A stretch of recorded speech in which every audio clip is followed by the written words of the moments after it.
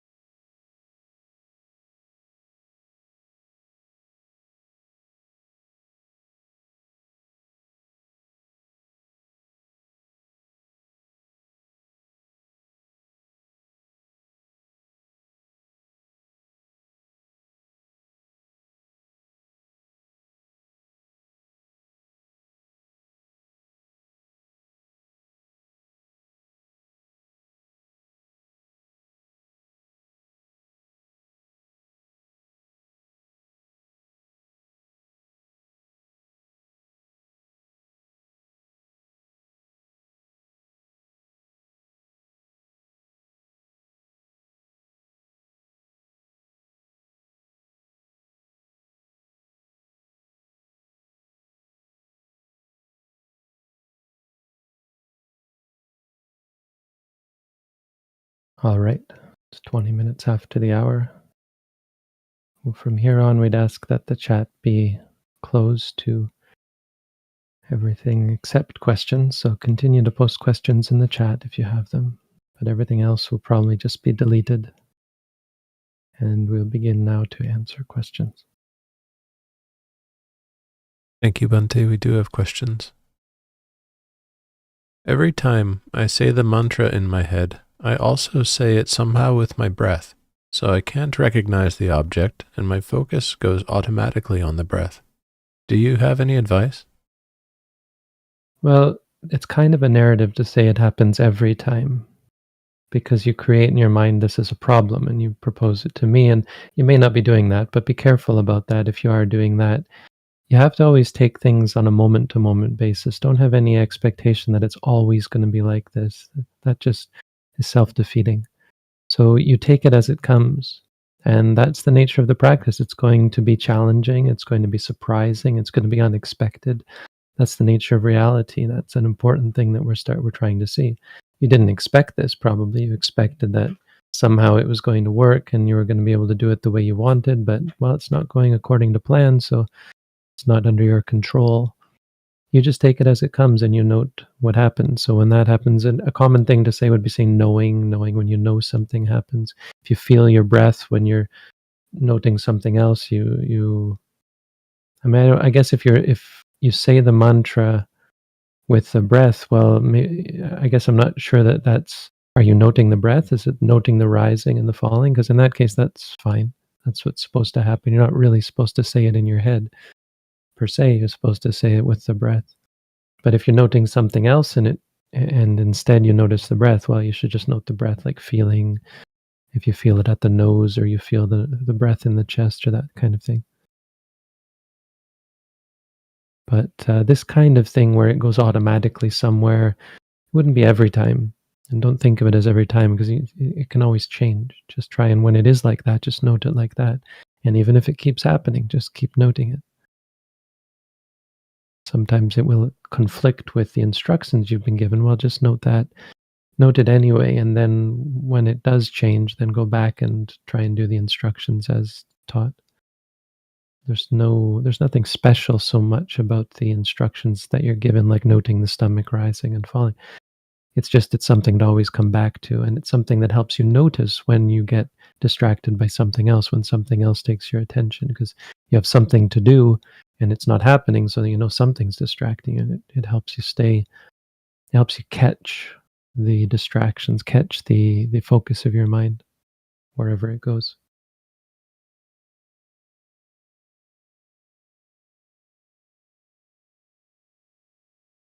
A result of the practice is disinclination from foolish people. How do I explain to family and friends that I can no longer see them? I'm no longer cultivating this attachment, but I'm still bothered by them. Well, being bothered is an attachment. So disinclination is maybe being too kind. If you actually are bothered, then it's not a disinclination, it's an aversion.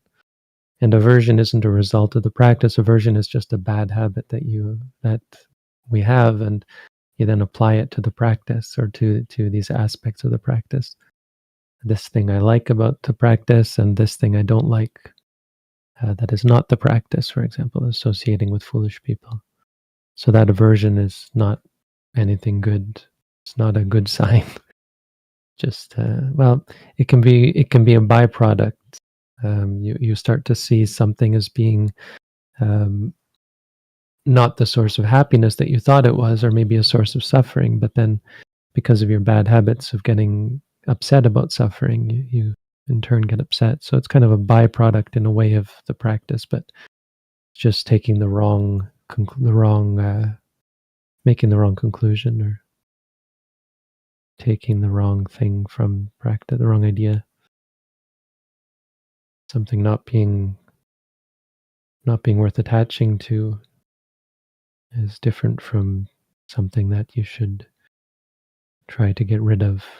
Of course, it's a learning experience. When you try to avoid people, then you start to see how much that causes suffering, and you realize that that's an attachment as well, and you let go of that. So just try and be mindful of the aversion. being bothered. But the question you have is not a good question. How do I explain to my family that I can no longer see them is really not Buddhist. No, there would be no Buddhist explanation. Oh, I can no longer see you because you bother me. So that's not Buddhism. Buddhism is when you see something, you note it as seeing. When you hear something, you note it as hearing. Not how do I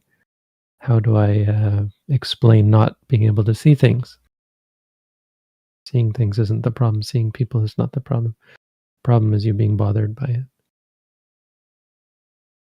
You still may have to explain why you are non-reactive, why you are not engaging the way you used to, but that has nothing to do with not seeing, especially family. Family is something Nyatakanancha sangaho.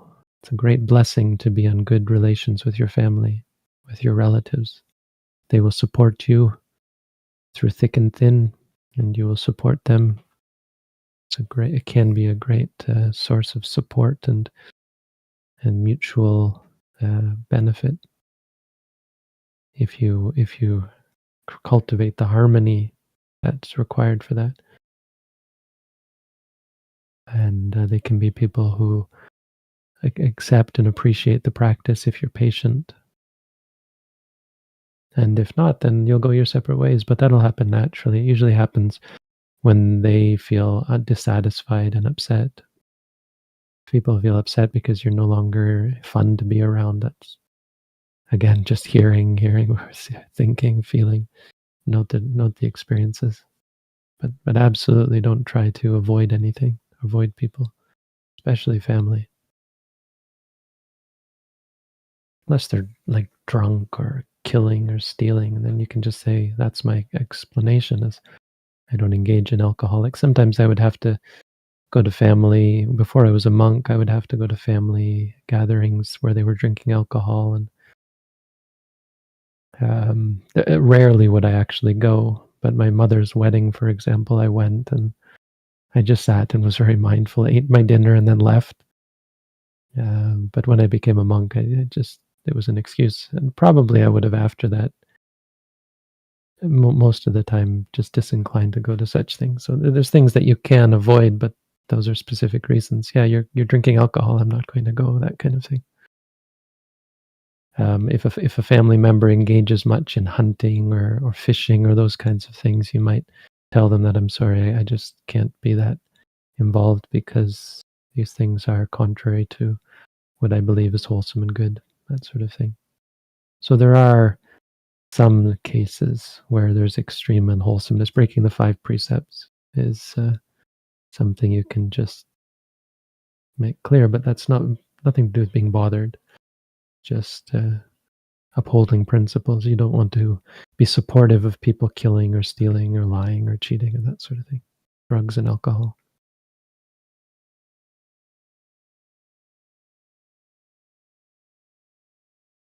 Should I limit my practice so as not to be unable to support myself and stay alive in the world?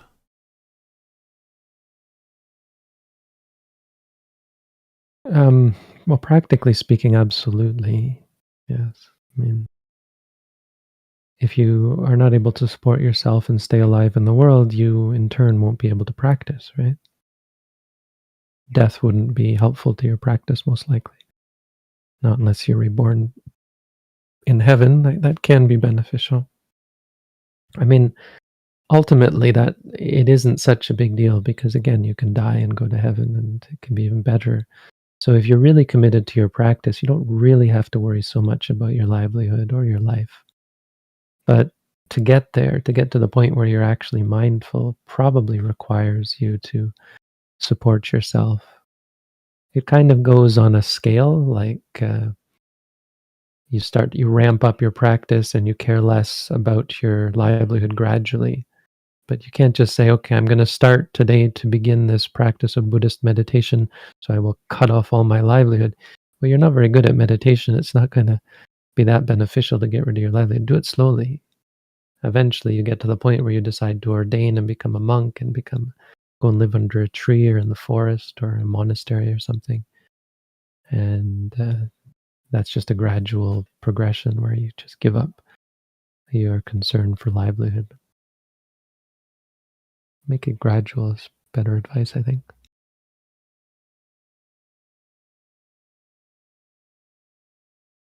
Among the four satipatthana objects, does the choice of object matter, and is one more advantageous to focus on?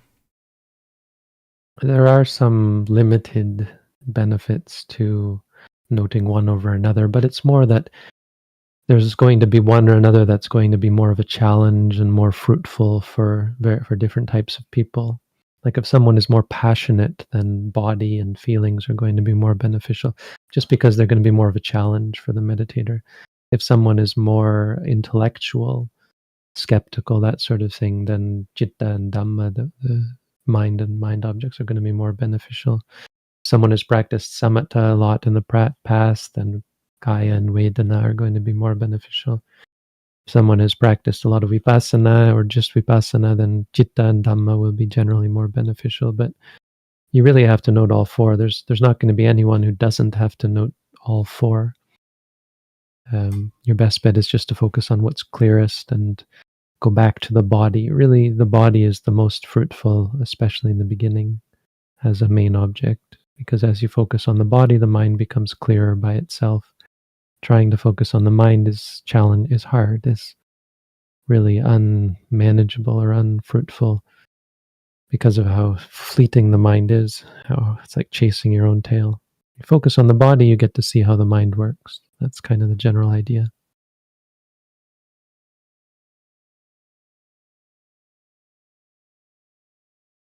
I suffer from the addiction of food, pornography, and distraction, yet knowing this doesn't prevent me from doing it. The compulsion does not meet any resistance. Is meditation powerful enough? It will help, but you have to look at it more on a gradual scale. Like the first thing you're going to notice is you don't want to kill or steal or lie or cheat or take drugs or alcohol. That's on a much more urgent and powerful level than addiction to food, pornography, and distraction. Those things are um, reasonable for lay people. They're reasonable for a beginner Buddhist in general. So try and focus more on the 5 precepts: not killing, stealing, lying, cheating, taking drugs and alcohol. If you do that, you should be able to find that you're gradually able to gain a better perspective on the world, gain some skills that help you when you're angry, help you when you're lustful.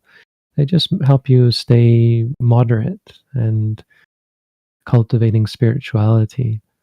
The only way you can really go beyond that on any reasonable um, level or scale, like in this life, is to do intensive practice. So we have a system set up. Our system that we've worked out is do our at-home course, and then we encourage people, well, we offer for people to come and do intensive courses. That's really where change happens. If you do intensive practice, especially on a long-term basis, if you did courses after one after another, then absolutely it's powerful enough to get rid of all of those things. Become trivial, um,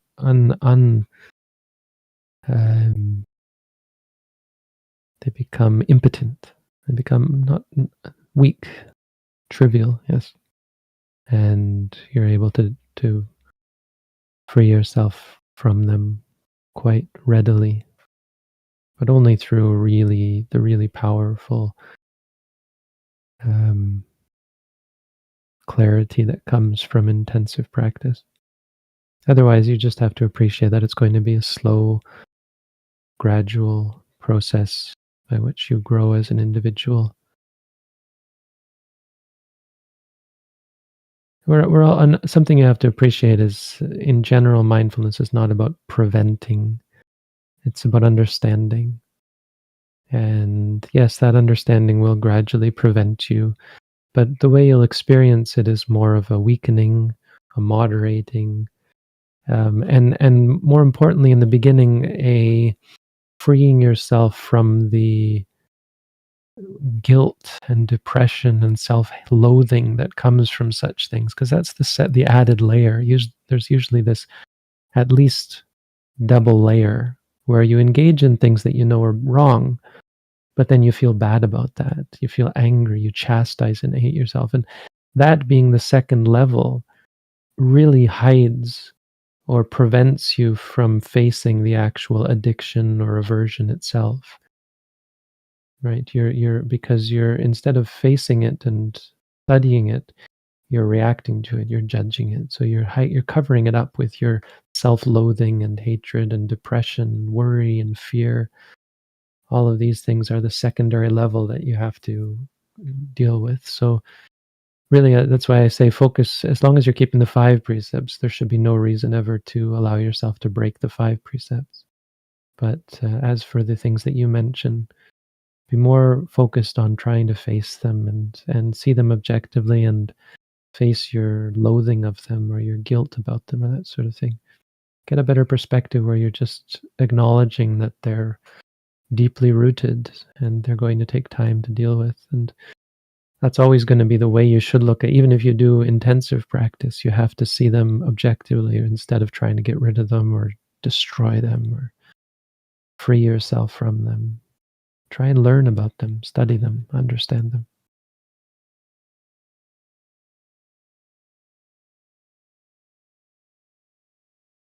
When seeing, can one label it as seeing without trying to label what is being seen?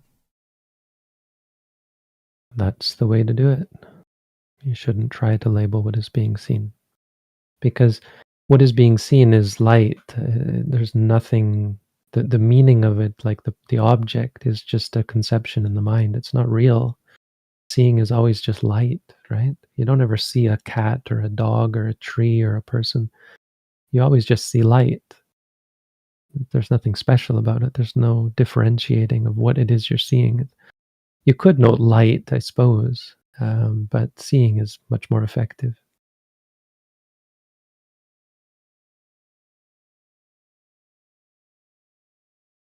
In sitting meditation, when I notice that I have drifted away in thought, but can't remember if this happened from the breath or after noting a sensation, do I go to the breath or do I note thinking? When you notice that you've drifted away in thought, yes, just note thinking. Even after the fact, once you realize it, just say thinking. You can also note distracted if you realize you've been really lost in thought.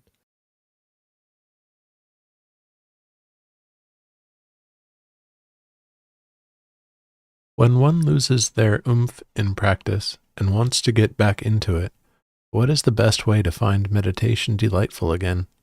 What would be the best way to long-lasting happiness? You've learned something that's kind of a hard lesson. Meditation isn't something you can delight in. The tricky thing about mindfulness is that it's not something you can cling to. Because that's the whole point of mindfulness, is to free you from clinging, to make you independent. Anisito viharati. If mindfulness was something you could delight in, then that would be a dependency. So your attitude has to change, and it is kind of gradually changing, even though you're being dragged into it unwillingly. Is that mindfulness is more challenging than that. It's not so simple. So we're used to thinking that the only way to, uh, let's say, want to do something is if it's going to delight you. And now meditation seems like it's not delighting you. So you're like, oh, I don't want to do that anymore. It's not delighting me. How could I possibly want to do that? The reason we want to meditate, quote unquote want, it's not really wanting. The reason we're inclined to meditate, or should be inclined to meditate, is through wisdom, through understanding. And you have to, so to speak, cling to that. The only thing you can really cling to is knowledge and wisdom. And it's not really clinging, you just rely on it. You rely on the knowledge and appreciation that the practice is the only really useful and valuable thing for you. But it's not because it's delightful. Yeah, that's the whole point of it, is to free yourself from the need to be delighted. Your desire to be delighted is a cause for suffering. Your aversion to feeling not delighted, bored, unsatisfied is a cause for suffering. And that's what mindfulness helps you to see. So seeking out long-lasting happiness, barking up the wrong tree. That's not the way to it. Because what you speak of as long-lasting happiness is most likely not satisfying. It's most likely what you're referring to is most likely pleasure, whether it be mental or physical pleasure, and none of that is permanent. See, even the word long-lasting still means it ends. And if it ends, it can't satisfy you. It's not valuable. Qualitatively or objectively, long-lasting is something that is meaningless. Because long or short, it ends. And so it doesn't matter how long it lasts. The only real happiness is independence, letting go. And it's not long-lasting, it's just default. It's, you could say, permanent. It's without any dependency, without any requirements. Doesn't matter what you experience, you're happy. So I would recommend noting things like liking or wanting or those sorts of things, or disliking when you're bored or when you're averse to the practice and you think of it as a chore or a burden. Those are all just reactions, and you just have to note them. They're caused by the addiction to pleasure and so on.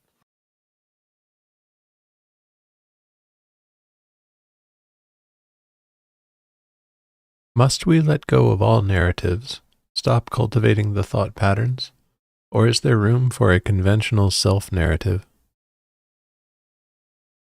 No, the only narrative that might be useful is the narrative of seeking out freedom from suffering, narrative of seeking out wisdom.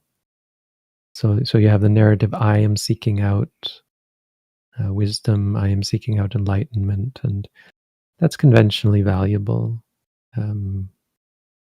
There's going to be, with the concern that it still can be I, right? I am seeking out. So conventional self-narrative is of no value, as far as I understand what you're referring to. But you don't really have to worry about letting go of them. You just have to pay the right attention, gain the right perspective, focus on reality as experiences, and the narratives just kind of drop away.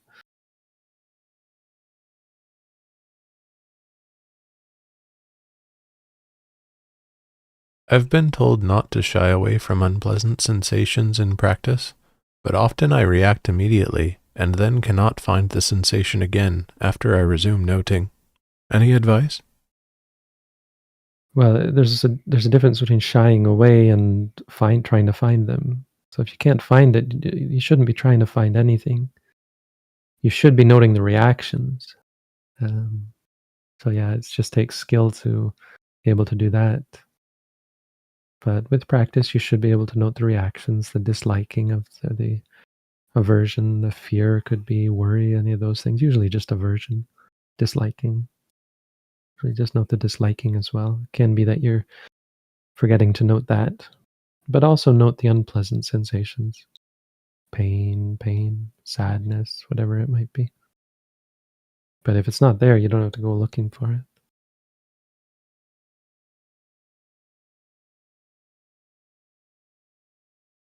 When indulging in bad habits that are highly stimulating, like pornography, my mind seems to completely change for a while, and I can't seem to be mindful anymore. Any advice or practices for it? Just takes practice. This is how habits work. If your mind is on the wrong train, the wrong chain reaction, that is devoid of mindfulness, there's nothing you can do during that time. When you realize that, there is the opportunity, and you'd be surprised how effective it can be to note. When you do note wanting, if it's weak, it's not likely going to be able to free you from the bad train. But again, with things like pornography, it's an ordinary part of worldly life. So if you're doing meditation every day, your spirituality will progress, and over time you'll be inclined towards doing things like meditation courses that will send you in the right direction and help you gain a broader perspective, give you the strength of mind to pull away from things that you realize are not actually leading to any long-term satisfaction. They tend to lead towards bad habits of irritability, withdrawal, um, general meanness when you want things and you don't get them. I mean, it's the kind of thing that leads to fighting. Romantic engagements quite often lead to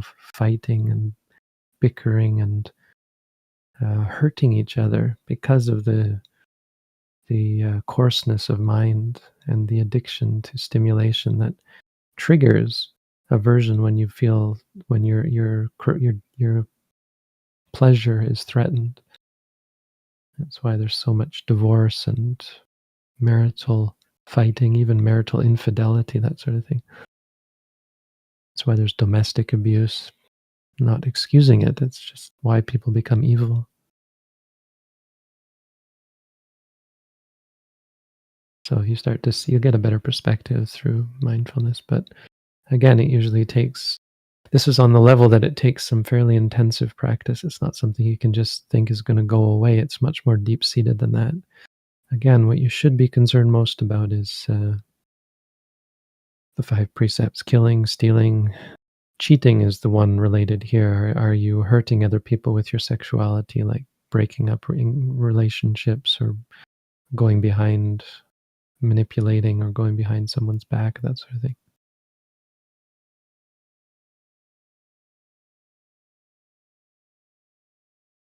What are the basic steps to teach children meditation in the world of social media? Well, I made some videos quite a while back, and they're probably outdated by now, but you might go and watch them at least, even if you don't show them to children. How to meditate for kids. You can get some ideas from them. I tried to make it broader than just mindfulness, but mostly to give kids the idea of the mantra, because you'll notice that some of the mantras in those videos are not related to mindfulness, but they kind of go in progression. So at least watch them to get some ideas of how I would think to talk. I think they're still valuable.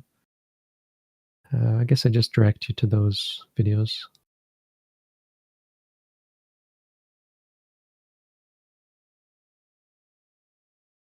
If I label something without it triggering new thoughts, does that mean I am doing labeling correctly?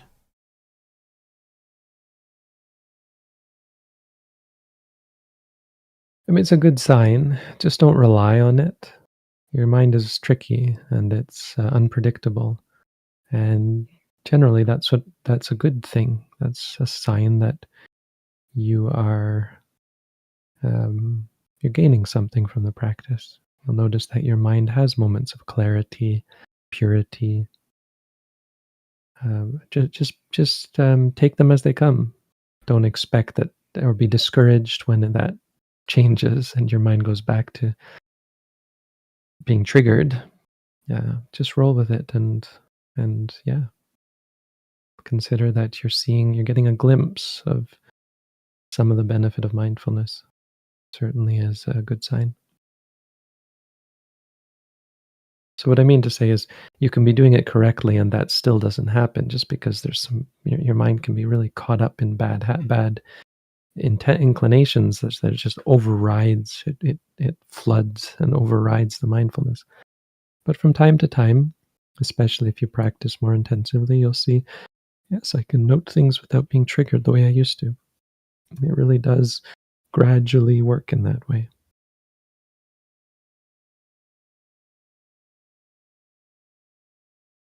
When I wake up, my mind is very unified and centered and settled, but after some time I lose that state.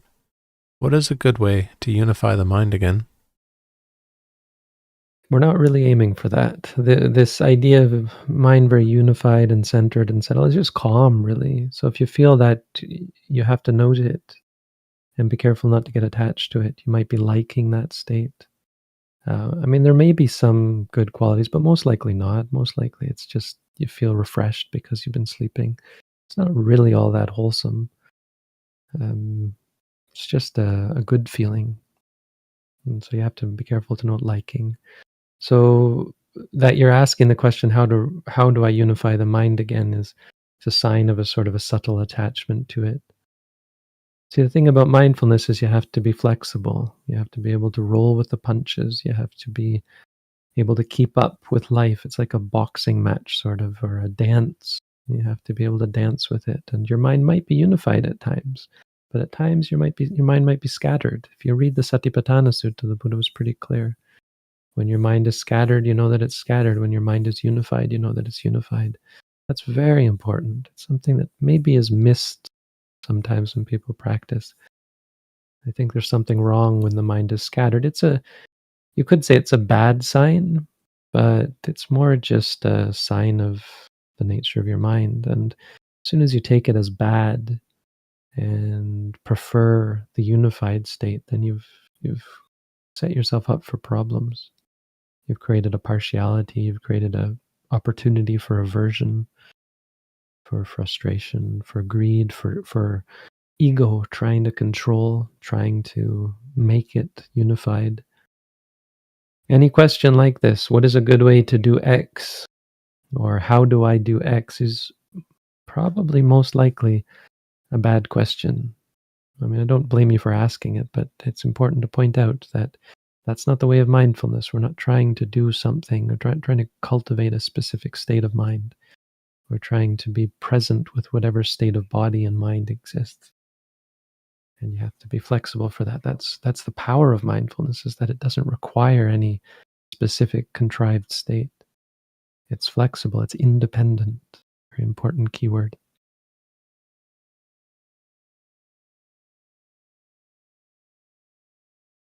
How can we bring the awareness of meditation with us throughout the day after we have finished our session of meditation in the morning? This kind of smacks of the same problem as the last question, though not necessarily. But let's be clear, mindfulness isn't a continuous state, it's a momentary state. Think of it as being more, how do I cultivate mindfulness throughout the day? And you do it at the momentary level. In this moment, right now, you can be mindful. In this moment, you can cultivate all the good qualities that come from mindfulness. Just do it in this moment, and then in this moment. And how many moments you're able to do it is the important thing, not how long or how sustained it is. There's no sustaining mindfulness. Mindfulness is momentary. So how you bring it through the day is you apply the same principles as you did during the session of meditation. 4 foundations of mindfulness don't go anywhere. They're always going to be your refuge. They're always going to be your pasture. The Buddha called them gochara. Pasture meaning the place where you are safe, the place where you're supposed to be. If you go outside of your practice, it's outside of the 4 foundations of mindfulness, it's called agochara. It's outside of your pasture. It's where danger lies, where predators lie, where Mara can catch you.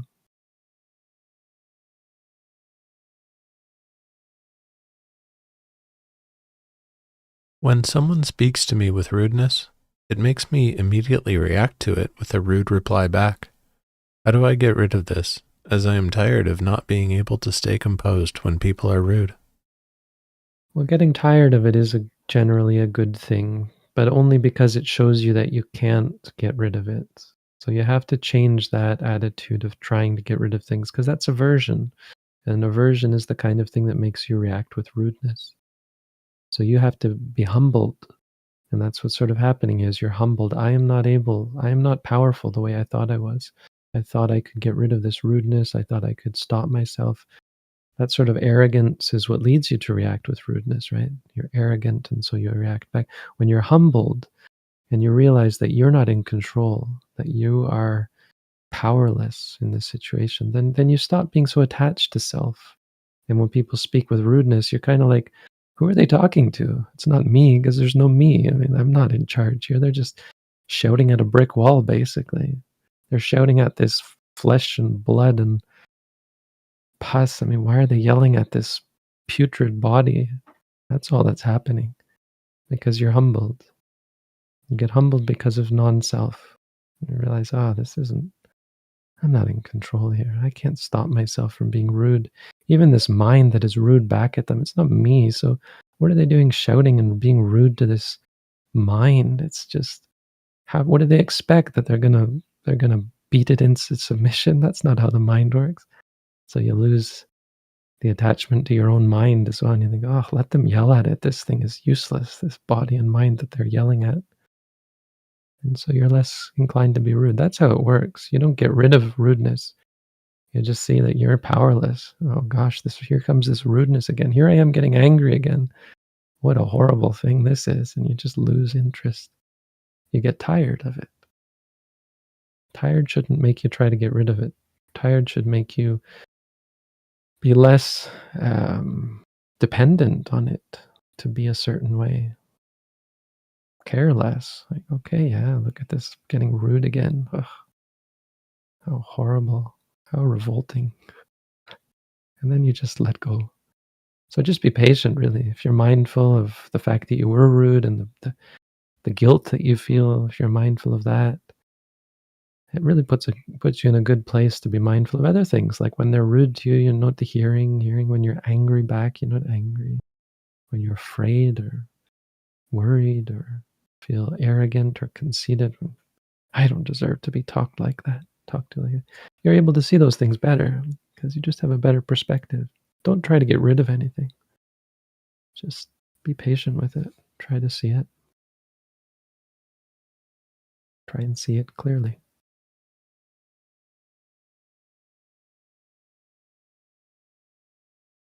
I want to continue in the 5 precepts and work without distractions to improve my family's bad financial situation. Are there unseen beneficial devas or psychic phenomena that help people do this?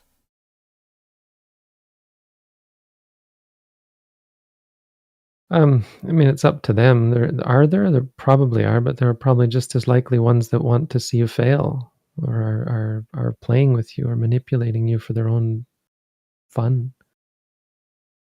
Um, so there is a sense that there are probably some devas who appreciate you keeping the 5 precepts and may help you, but you really can't rely on that. It's more about your karma. It's more about whether you deserve it. And the more you're attached to that, the more stress and suffering you're going to have. If you want to improve your family's bad financial situation, the only thing you can really do is work at it. It's maybe trite to say that because sometimes it's not nearly as simple, but if you're patient, if you're moral and ethical, if you're keeping the 5 precepts, there is great power to that. Even now in the world, that can have some pretty miraculous consequences. Keep the 5 precepts, practice mindfulness. Try and remember that in the end, it's only the 6 senses. Even if you're destitute, if you're going hungry, if you're dying of hunger, if you're dying of cold, if you're dying of anything, sickness, malnutrition, it's still just the 6 senses. That's the kind of thing that can have great power and can be very much noticed by not only devas, but humans as well. It's the kind of thing that leads to some really serious appreciation, not just from devas, humans as well will resonate. Things are not usually as dire as we think, even when most people would agree they're pretty dire. You'll often be surprised by the strange things that happen in a good way when you're mindful, when you really face loss and destitution, when you just embrace it and accept it, and not accept it per se, but be mindful in the face of it and face it. Face hunger, face poverty, face emotional turmoil from yourself and the people around you. When you face them, you can find great power and strength, and again, appreciation from others.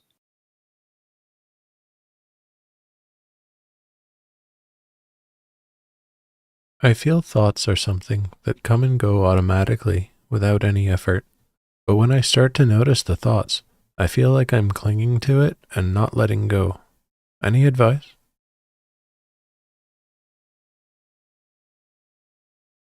Well, just note the clinging. And there's not really anything that should give you trouble in practice. Just note it. It's going to be always a little bit tricky. It's not going to be simply noting one thing. You have to note the next thing as well. And try and go back to the stomach when you can. But when you feel like you're clinging, just note clinging, clinging, or whatever it might be, like wanting, liking, disliking, that sort of thing. And then just go back to the stomach or back to whatever you're doing at the time. Okay, so we've hit the hour. We'll go another 5 minutes or until we run out of good questions. Bante, we've already crossed into the second tier. You willing to answer some? Yeah, let's go till 5 minutes and then we'll stop because Okay. we started 5 minutes late. Thank you. Is Nirvana an experience in meditation? Yes. With some qualifier. The only qualifier is that what we normally label as an experience is not what nirvana is. So it is technically an experience. You could use that word. That's accurate. It's just that when we think of experience, yeah, it's not like that. It's not like what we'd normally think of as an experience per se. It's not something that arises. So when we talk about experience, we're usually talking about something arising. Nirvana isn't an arising, but it is technically an experience in meditation. Is it dangerous to listen to other religious teaching, such as Christianity? It seems like Christianity is teaching the same thing, but just uses a lot of metaphors for the battles we're facing. It's not dangerous per se, but it's not accurate. Christianity doesn't teach the same thing as Buddhism. It doesn't teach any of the important things in Buddhism. There's no Eightfold Noble Path. You could say there's some parts of it, but there's no Four Foundations of Mindfulness. There's no Nirvana. There's belief in God as moving mountains, like whatever you want if you pray to God. There's going to heaven, and going to heaven is only through God. Now you can talk about that as a metaphor or so on. But some of the things Christ taught sound very Buddhist, but they're on a more sort of trivial level. There's nothing really deep about Christianity. There's only about 5,000 words of Christ in the whole of the Bible, something like 5,000 words in the whole Bible. And there's not much there, really. I mean, there's some powerful words, but it's not much. Christianity is such a childlike religion. I mean, that may seem mean and unkind, but if you compare it to like Hinduism is just has so much more depth to it. If you want to compare Buddhism, compare it to Hinduism, because that's a theistic religion that we can talk about having some depth. Christianity's, yes, there's some very nice teachings in it, but there's not much. I mean, look at the Bible; it's small. There's not much there. But yeah, I mean, as far as religions go, there's some good things like being kind to others, being humble, kind of letting go of the world, that sort of thing. Those are all good, but those aren't really the core teachings of Christianity. It's much more about God and heaven and belief in the Father, belief in Christ.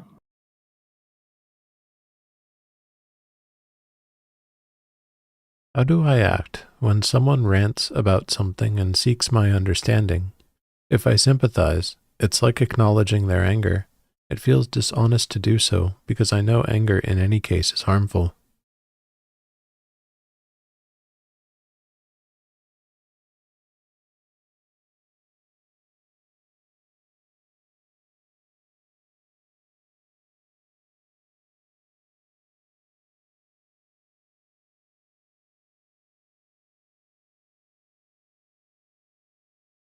I'm.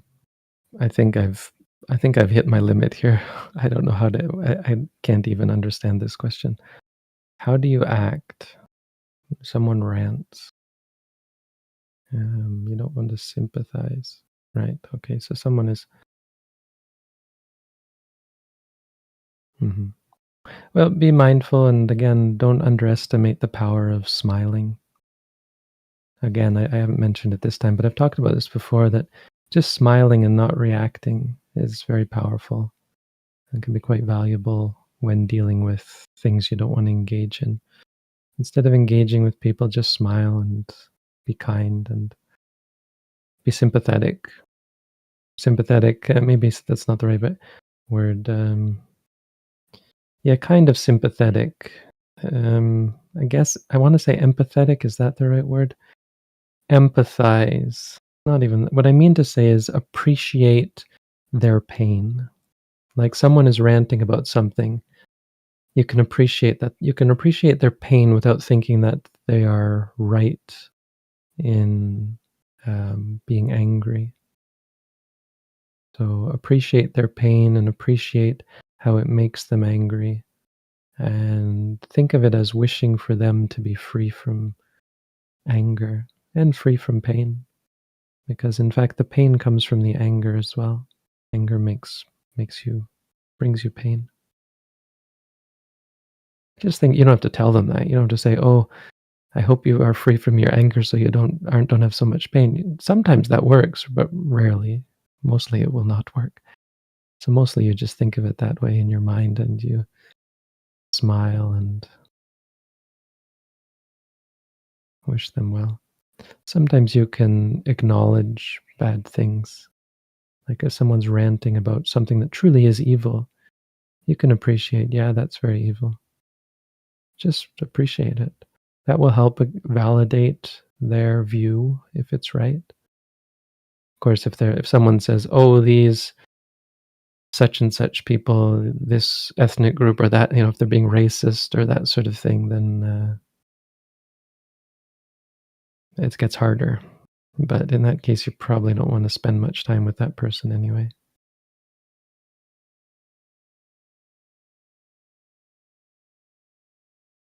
Thank you, Bante, for taking the extra time to answer those questions. More Okay, than thank 5 you. All minutes good passed. questions. Thank you, Chris. Of course. Jim's here. Mm-hmm. Edit is here. Is Edit here? She Oh, didn't up whoever's this here. time, but I've seen her. Okay, thank you for your help. Sadhu, everyone. Wish everyone peace, happiness, freedom from suffering, and progress in your practice. May you all find Nibbana and free yourself from suffering. Sadhu. Sad.